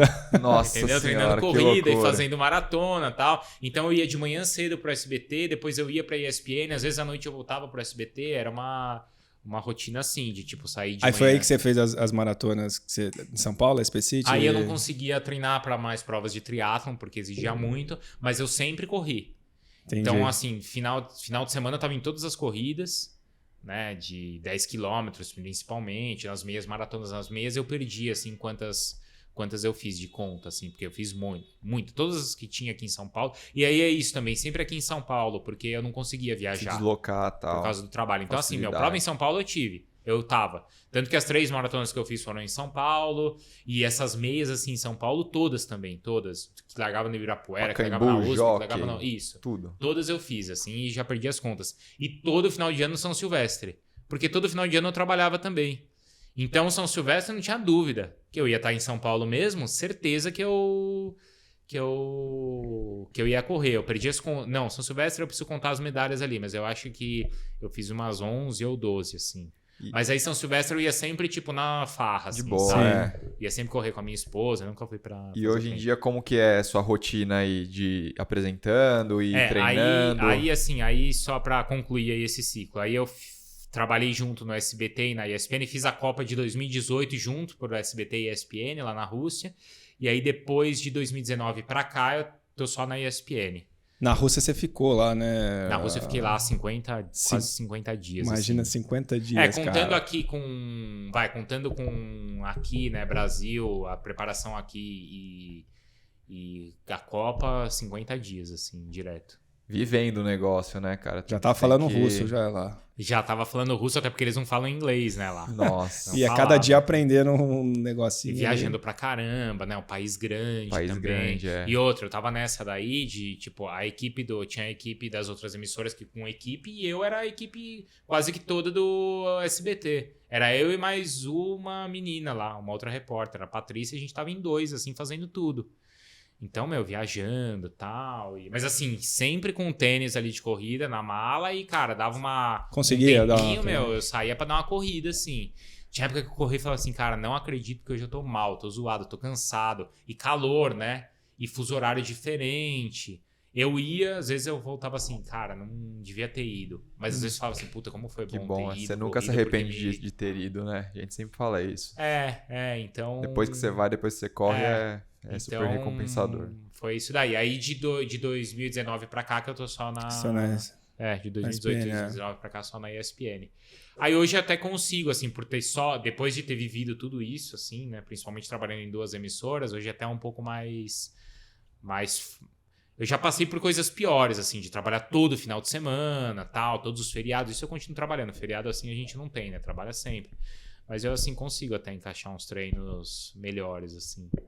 E como é que estão os treinos hoje aí, com a rotina do Sport Center, a gente sempre quer treinar mais, né? Agora é a pergunta. Tem alguém que fala assim, gaguejou. cara, tô treinando, nunca vivi tão bem. Vocês já perguntaram pra alguém? Cara, difícil. Nunca teve uma resposta assim, assim. Cara, tô bem. Tô voando, né? Não, nunca tem, cara. Você sempre acha que pode treinar um pouquinho mais. Ou a gente sempre quer treinar mais, né? Uhum. Mas eu, assim, me adaptei muito ao treino. Por causa da pandemia, eu me adaptei muito pelo treino no rolo. Então, cara, foi uma coisa que eu não tinha tanto contato antes, mas isso fez o meu ciclismo até evoluir muito. Pelo menos estou até mais forte do que eu era antes, assim, pedalando. Correndo, agora eu fiquei um tempo sem correr, até por causa de eu nunca tive lesão, assim, muito grave, mas tive uma meio chatinha e precisei tirar um pouco o pé na corrida. Então, acho que hoje eu tô até pedalando melhor do que correndo. Antes eu corria, assim, eu fazia as meias para baixo de 1h30. Até, né? Corre bem, Fabião. rapaz, corre Pode bem. puxar a gente aí, viu? Não dá não, Não cara. dá não? 15 minutos ali de diferença de... Credo. É muita Deus coisa. Então eu já corri, assim, quando eu vou focar pra correr uma meia maratona. Aí eu conseguia correr abaixo de 1h30. Mas também não mais do que isso, tá? Acho que o meu limite ali de pace era isso, tipo, de vai numa meia 4h15. Super bem. 4h20, o que já é muito bom, né? Mas como eu falei pra vocês, eu nunca fui um fenômeno do esporte, mas, cara... Mas se eu não tava focado pra correr a prova específica e ia correr, pelo menos a 4h30 eu sempre mantive, assim, numa boa, assim, pra fazer. Hoje eu não sei se eu manteria 4:30. Acho que eu não manteria porque eu não tô Forte, né? treinando tão longo assim. Mas eu acho que se eu voltar... Se eu focar uma meia e falar assim, vou treinar pra essa prova, acho que eu consigo. Você não tá inscrito pra... Não tô inscrito. Nem de bike. Eu só tô inscrito pra provas, pras provas de ciclismo, eu tô pra 2 do Letap. O Letap no Rio, que vai ter agora no final desse mês, e depois o Letap Brasil aqui em Campos do Jordão. Tá mais São focado as no duas que eu tô ciclismo inscrito. agora, então. Nesse tempo pra cá, Por assim, conta da- Você fez o giro, né? O giro de Eu fiz Itália. o giro também, mas eu fiz meio percurso. Você fez o meio Eu não tava tão treinado também, porque o percurso ali era bem duro, longo, né? Era bem e voltou exigente. pra trabalhar depois. Voltei pra trabalhar depois. É isso, cara. O problema é o trabalho, velho. O problema é o trabalho, É trabalho, isso que às vezes atrapalha. cara, se não fosse o trabalho, eu ia ser uma puta atleta. velho. Você vê que sempre tem um trabalho no meio, Vocês cara. sabem que o próprio o último prova longa de triatlon que eu fiz antes da pandemia foi o 70.3 aqui de São Paulo. Eu até queria fazer esse ano de novo. De repente eu nem sei como é que tá de inscrição, se ainda Já tem. esgotou. Ah, a gente arruma uma lá pra você. Arruma, pede pro A gente Mauro. pede pro Mauro lá, Giorchino, a pro gente Galvão, grava. pá, Então. te dá um jeito. Aham, dá sim. Parece que a gente, fácil, né? parece Amigão que a gente é nosso. brother dos caras. É igual camisa de time que os caras pedem pra mim. Pô, você trabalha. Pô, pede uma camisa lá pra mim. É, fácil. Fácil, Puta, Fácil, né? Claro, autografado, né? Por quem? Pelo Messi e tal, mas é igual pra vocês, acho que igual a inscrição de prova, né? Mas aí a última prova que eu fiz foi o 70.3 aqui de São Paulo. Depois acho que eu até fiz um 3-day series aí, mas aí entrou a pandemia, eu não fiz mais. Foi Mas- 19, né? Esse 19. É. Aí eu fiz, essa foi uma prova que eu, cara, treinei bem e fiz bem, fiz abaixo de 5 horas, fiz 4 horas e 50. Bom. Foi legal pra mim, legal. assim, foi um tempo que se eu fosse fazer agora de novo a prova, eu ia querer repetir, Uhum. assim, né? E foi uma prova que eu fiz super bem, corri a prova inteira, sabe? Foi uma prova bem redonda Boa. assim, pra mim, sabe? Que deu Muito super bom. certo. Muito bem. Acho que a gente pode ir pro momento Z2, Olha né, só, cara? você puxando o momento Z2. O Fábio te explicou o que é o momento Z2? Expliquei, não sei se... É o de quase pensar que quebrou, não é isso? Que O momento desistia que você pensou que ia desistir, mas alguma coisa te deu energia pra você continuar. Você lembra aí? Na prova, Pode em ser alguma na vida prova, ou pessoal, É isso que eu ia pode perguntar ser- pra vocês. Se era Pode na prova, ser. quando você mandou isso, eu falei assim, cara... será tem que- gente que fala prova, tem gente que fala na vida pessoal, Na na profissão. carreira, quando achou que não ia dar certo e deu no final. E pode ser qualquer coisa que você lembre aí. Em prova, eu lembro só de uma prova que eu desisti. Era até uma meia maratona ali no Jockey, eu não lembro exatamente qual era. Não lembro se era meia interna, não lembro qual que era. Mas que eu desisti porque eu tava passando mal, assim, da barriga. Não, nunca desisti, assim, por, cara, tô cansado e vou precisar desistir. Eu já Aham. quebrei, fui andando, mas fui. Né? E assim, na nossa vida, no trabalho, cara, enfrentar a situação difícil, todo mundo enfrenta. Todo mundo enfrenta. A questão é sempre como é que você vai se sair e como que lá na frente você vai entender e por isso que você passou. Então, acho que muita gente que está assistindo a gente, não só em prova, mas no trabalho, já encontrou dificuldade do tipo, cara, será que eu devo mudar de emprego agora, né? Ou fui mandado embora do emprego, o que eu vou fazer a partir de agora? Ou veio a pandemia, cara, meus ganhos aqui diminuíram muito, isso é normal. Aham. E até tem uma história, isso eu vi num filme, de um documentário do Tom Brady. No Star Plus, a ESPN, hoje ela tem o nosso streaming é o Star Plus, que é um dos streaming da Disney, né? Tem o Disney Plus e tem o Star Plus. O Star Plus tem os filmes, as séries e a parte esportiva da ESPN. E lá você tem assim um conteúdo muito grande assim de todos os esportes que a gente transmite. Então tem até muita coisa que nem vai para televisão, mas está lá nessas janelas, né? E tem vários documentários. E tem um documentário lá do Tom Brady que é espetacular. Chama The Man in the Arena. Que conta a história do Tom Brady. Acho que são 10 episódios. E é muito legal para quem gosta do esporte de futebol americano, mas porque ele vai relacionando tudo que ele viveu na vida dele esportiva com a vida dele e ensinando coisas pra gente. Ele contou uma história que eu achei muito legal, que acho que tem a ver com isso daí, com o momento Z2 que você falou. Ele contou a história de um fazendeiro chinês, quase que um provérbio chinês, que foi assim, ele tinha alguns cavalos e uma noite os cavalos fugiram. Aí chegaram pra ele e falaram assim, cara, que azar, né? Você tinha tantos cavalos e eles fugiram. Aí ele falou assim, não sei se é azar. Chegou no dia seguinte, um dos cavalos voltou. Aí os caras chegaram pra ele e falaram, cara, como você deu sorte, né? Porque, cara, o principal cavalo, o mais bonito de todos, voltou. Aí ele falou assim, não sei se eu dei sorte ou se eu dei azar, né? Aí no dia seguinte, o filho dele tava montando ali no cavalo, o cavalo caiu em cima do filho e ele quebrou a perna. Aí o cara, voltaram a montar. Cara, que azar, meu. O cavalo voltou, teu filho tava mandando o cavalo, caiu, quebrou a perna e quase matou seu filho. Falei, não sei se é azar. Aí no dia seguinte, estourou uma guerra. E o exército não chamou o filho dele porque ele tava com a perna quebrada. Caralho. Aí sensacional. Nunca vai saber, né? E a história é assim, cara, às vezes acontece essas coisas com a gente agora e a gente tem a perspectiva do foi bom ou foi ruim por aquilo que a gente tá vivendo no momento, mas é só lá na frente que a gente vai descobrir se isso foi bom ou se foi ruim. Com certeza. Então ele conta isso porque ele mostra no filme, claro, todas as conquistas dele, ganhou 7 vezes o Super Bowl, mas também no filme mostra as derrotas que ele enfrentou, né? Quando ele queria, os problemas de punição que ele sofreu. E aí ele fala isso, cara, eu só me tornei no final de tudo, eu sou essa pessoa que eu sou, porque lá atrás eu também vivi momentos que os caras falaram assim, cara, que azar, meu. Cara, se perdeu, e agora? Então, tipo, pra gente não ver as coisas com a perspectiva do momento, mas pra tentar lá na frente enxergar que isso vai te dar alguma bagagem, né? Então, talvez seja uma história que case aí com o momento de, às vezes, ser ruim, às vezes a gente desistir mesmo, ou de uma prova precisar desistir, mas para aprender, ou às vezes no trabalho enfrentar uma situação que lá na frente você vai entender por que aquilo aconteceu. Muito bacana. Não sei se tá respondido. Pô, tá. Super, cara. Esse kit, inclusive, é seu aí. Pode pra levar você pra treinar casa. agora tem pra você usar aí nos treinos Vamos ver da se você tá bike, treinando hein? de verdade, aí você vai gostar do kit. Obrigadão. Porque assim, a gente pede pro pessoal trazer na casa do Fábio, porque ele é o que menos treina. Então ele não vai sumir isso já foi a fase. Isso já foi a fase. Isso era quando eu não estava treinando. O Vitor mandava entregar aqui, porque eu não estava treinando. Ele falou, cara, o risco do Fábio, né? Tomar esses gels aí que são pros pacientes, pros convidados. Mas agora eu tô treinando, cara. Agora eu sou cliente, eu compro. Eu não pego, boa. Não. Recebidos pagos. Recebidos pagos. Isso aí. E assistam esse documentário do Tom Brady, porque tem muita coisa legal, inclusive até pro trabalho de vocês, porque mostra muito, ele tem um grande guru, que é o fisioterapeuta dele, que acompanha ele ali todos os... né, diariamente, assim, é muito legal ver como ele trabalha com o Tom Brady, a parte também de fisioterapia, tem muito disso no filme.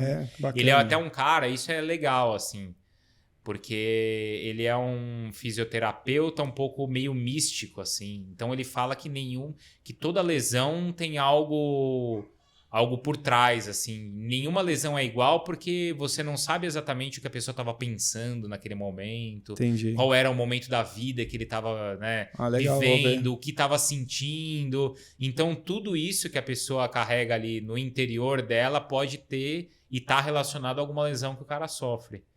Então, é muito legal ver como ele trabalha essa parte, assim. Porque, claro, vocês como da área de saúde, normalmente o pessoal da área de saúde é mais científico, né? Para vocês é muito específico o trabalho de vocês, como de fato acho que tem que ser. Mas esse é um fisioterapeuta que é científico, mas que também leva uma visão do todo. Tem uma ali, visão né? meio mística, assim, do que é um atleta, sabe? É legal. Em um dos episódios mostra muito esse trabalho, assim, acho que é legal vocês assistirem. Legal, vou ver. Muito bom, vamos ver. Bacana. E aproveitando até o gancho, você já indicou esse documentário, que eu acho que é uma dica para os ouvintes aí. Você tem outra indicação ou de livro ou de série relacionada a esporte, carreira, que você acha legal indicar para o pessoal? Um que... Bom, eu leio muito também algumas biografias, assim, né? De muita coisa do futebol, né? Tem várias que eu já li, assim, de outros esportes também. Eu gosto muito de aprender com esses caras, né? E um dos privilégios da minha profissão é estar em contato com eles. Cara, você está em contato direto, né? Em contato direto. Então, eu posso conversar e posso... Da mesma forma que hoje eu trabalho com os caras que quando eu era pequeno eu via jogando futebol ali, né? E tem grandes ídolos, assim, tipo, sei lá... Eu era pequeno em 94, teve a Copa, cara, eu vi o Zinho campeão. Hoje eu trabalho com o Zinho, sabe? ou outros jogadores, ou o pessoal do vôlei. Pô, eu trabalho com o Maurício, sabe? Ou com a Magic Paula. Você tá convivendo com o Meligene, cara. Eu encontro com o Meligene todo dia na redação, sabe? Eu falo pra ele, cara, né? É um privilégio estar aqui com você, né? E então eu tenho muito contato com esses caras e aprendo muito com eles. Mas um cara que eu já tive algumas palestras e já pude entrevistar e perguntar e que eu acho que é sensacional é o Amir Klink. O Amir Klink, Não sei se outras pessoas já citaram ele aqui, assim. O Amir ainda não. Lembro, eu não. acho que hoje talvez as pessoas vão também... Hoje tem muito coach também, né? Mas assim, cara, o Amir é um cara que quando você lê os livros dele, como ele se planejou para fazer as jornadas todas. Hoje já fiz entrevista com a filha dele, com a Tamara Klink, que é também uma menina sensacional e tem livros e tem documentários também, então busquem. Acho que a família Klink é uma família muito genuína e que faz coisas incríveis. Assim, o livro dele que eu mais gosto é o 100 Dias Entre Céu e Mar, que ele conta a jornada de ter saído da África num barco a remo até o Brasil. Então ele veio remando no barquinho dele lá no Paraty, da Namíbia até aqui Cara. Não lembro se ele chegou agora no Rio ou se foi na Bahia. Acho que foi na Bahia. Mas ele veio num barquinho ali remando. Então como ele se planejou para tudo aquilo, sabe? São coisas... além da parte física e esportiva, tem essa parte de planejamento de como ele conseguiu fazer toda aquela jornada que a gente pode aproveitar aí na nossa puxado, vida hein? também. Cara, puxado. deve ser legal demais, porque, por exemplo, cara. é também como evoluiu. Porque hoje a Tamara, a filha dele, faz as travessias também, e navega, veleja sozinho, o que é de uma coragem enorme. Mas ela tem, por exemplo, algumas ferramentas que o pai não tinha. Tipo, hoje ela tem GPS. Na época, ele calculava, cara, olhando estrela. Ele tava no meio do Atlântico e calculava pelas estrelas em que lugar que ele tava pra ir pra onde que ele tinha que remar. Que loucura. Tipo, como os caras faziam em 1500, né? O cara fazia isso teve que fazer isso em 1984, se não me engano. Foi quando ele fez a jornada, né?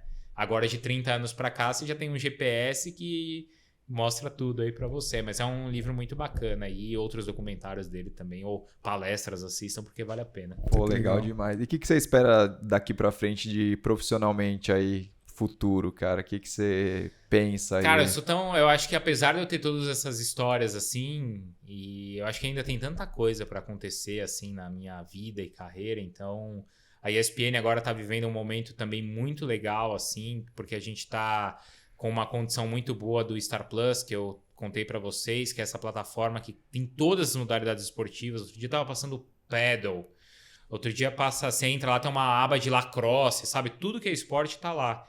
Então... Deve ter revolucionado muito, assim, né? Tipo, transmissão, essas coisas. Porque, cara, hoje em dia é isso, né? Mas você não precisa ficar refém ali do que tá passando porque na hora. Você imagina o seguinte, a gente tem hoje na TV... uma excelente condição porque a gente tem 4 canais. Sim. Tem a ESPN 1, 2, 3, 4. E a Extra tem 5 canais. Só que tem uma limitação ali de grade e de horário, certo? Lá no Star Plus você tem mais de 60 janelas. Sim. Então, assim, o que você não precisa... às vezes os eventos são juntos, né? Pô, tá passando a prova de... Domingo de manhã tá passando o ciclismo, tá passando o campeonato inglês... E tá passando a MotoGP, o que a gente coloca no ar? Alguma coisa você tem que deixar fora, né? Lá não, lá você tem mais de 60. Então, cara, o que você quiser assistir tá lá. Então, isso é uma vantagem muito grande, assim, pra gente agora, né? Isso dá mais espaço pra todo mundo. Exato. Né? Então, E, assim, tem muita coisa, né, cara? Os eventos todos. Agora tem Copa, vai ter... a Olimpíada de Paris também, que acho que vai ser muito legal, né? Essa última Olimpíada, acho que o brasileiro acompanhou de um jeito muito legal e tenho certeza que a próxima vai ser mais ainda, porque o horário vai ser mais favorável também. Então, acho que a médio prazo é isso. Vou aproveitar que o Vicari tá aqui, vou falar um negócio, cara. Eu ficava... É o bate-bola que você apresentava também? O BB Debate. Cara, nossa, eu fico maluco com as comparações que eles fazem lá com o jogador X com o jogador Y. Não, eu fico maluco. É umas comparações que não tem pé nem cabeça. Do tipo, qual? Puta, sei lá, não. Vamos ver aqui Corinthians e Palmeiras. Isso. Não. Aí vamos lá. E o cara quer comparar, tipo, o Roger Guedes com o Danilo volante, velho. Eu falo, sem pé nem cabeça. Porque tem muitas dessas discussões, principalmente quando tem assim, tipo, cara a cara, tal, quem é melhor, né? Às vezes isso é muito conversa do que o torcedor também gosta de discutir, né? Cara, esse é melhor que o outro, mas é claro que num time de futebol é um conjunto, né, cara? É Claro. um time, né? Mas ao mesmo tempo, Mas é cara, engraçado, cara. individualmente dá pra você comparar um com o outro. Cara, esse cara tá bem, esse cara não tá, esse cara encaixa melhor nesse time. Às vezes desculpa, com o próprio jogador. Cara, por que o Vinícius Júnior tá arrebentando no Real Madrid e na ESPN, na seleção ele não tá arrebentando? Cara, porque é um time, porque a maneira de jogar é diferente. Total. Então faz muito parte dessa análise. Agora, a galera fica pirada quando vê essas comparações. Nossa, eu mesmo. Fico maluco, cara, eu ficava maluco. Bom, isso aí. Você precisava falar isso, né, Precisava, cara? cara. Eu tava guardando no final. Eu vi no carro pensando nisso, cara. Ele viu que ia acabar aqui e falou, não, precisa aí é o essa... Nicola falando as coisas lá, tudo. Nossa, eu fico maluco. Não, mas é isso, faz parte do show. Muito bom, show. pô. Muito bem, cara. Recados, Fabião? Vamos ter recados. Podia mandar um recado pra ESPN, assim, passando a Copa, Olimpíadas, podia engajar em outro projeto do Vicário lá, fazer um Race Across America, alguma coisa mesmo. Assim, né? Podia, mas não podia, cara? É difícil. Puxa, não, mas a gente pega um negócio mais fácil, né? Pega... o Race Across America seria um baita desafio. Pega mais 3, faz em 4 lá. Individual não dá mesmo pra fazer, né? Pega uns doidos lá. Pô. Mas de repente em 4 dá pra fazer, sim. Então meu recado era pra ESPN pra fazer isso. Que é legal. Então fica a legal ESPN vai ouvir aí, vai trabalhar em cima. Race Across America, de repente faz com a própria ESPN americana. Imagina. Já pensou leva os fisioterapeutas aí. Já pensou além. Staff que precisa, né? Fazer uma solturinha, pá. Fazer uma comida, umas paradas. Dar umas agulhadas lá, fazer uns negócios. Isso aí. Pô, Vicário, obrigado por ter vindo, mesmo. cara. Eu espero que vocês tenham gostado. Não sei se eu me alonguei em algumas histórias aí. Nada, na verdade, daria pra gente ficar aqui mais 4 horas. Espero que vocês tenham gostado mesmo aí. Não, a gente vai te trazer de novo aí. Pode trazer, tem mais história aí pra contar também. Boa. Com certeza. Quem quiser te acompanhar nas redes sociais aí que você deixou escrito. Bruno Vicari, pode seguir lá, tá? No Instagram, no Twitter também. Fala de tudo. Fala de tudo, tem um pouco de tudo lá. Tem muito também, claro, do meu trabalho, da minha vida aí de atleta, amador. E na ESPN eu tô todos os dias também no Sport Center. O Sport Center que eu apresento é das 11 da manhã à 1 da tarde. Então é na hora do almoço. A gente tá lá também. Isso aí. Boa, muito bem. Muito bom. Aqueles recados de sempre, né? Recado de sempre. A gente não falou das camisetas, né? O pessoal então que tá vendo aí a gente, né? A gente podia até pedir sugestão para os ciclistas, né? Porque a gente não tem especificamente para ciclista, né? A gente tem de triatlon. Tem triatlon, de corrida e de natação, né? Isso. Galera que nada. Então a gente tem camisetas. Vamos perguntar pro Vicário, quais são as frases clássicas, assim, do ciclismo aí? Algumas coisas que a galera... Nossa, do ciclismo, bom... Potência, não sei o quê. Giro. Tem que relacionar as grandes voltas, né? Tipo, Giro, Tour. Giro. Dá pra ser um negócio desse. Já deu ideias aqui. É uma coisa legal, assim. Vamos fazer umas camisetas de ciclismo. A gente vai deixar linkado aqui na descrição. Então, direto da reserva, entrega em casa, divide em 6 vezes. Já sucesso de vendas, né? Quantas vendas? Mais de centenas. Não, milhares. Milhares já. Milhares. E também o pessoal pode apoiar o Estema aqui, né? No Catarse, também o link tá na descrição do vídeo. Legal. Muito bem. Então ajuda a gente e aqueles recados de sempre, né? Sigam a gente nas redes sociais, no Spotify, clica, assina, 5 estrelas, aquela coisa toda. Já falamos do YouTube, no Instagram, Estema Podcast, Fábio Bessa, Tica Awamura. Até o próximo episódio. Valeu. Tchau.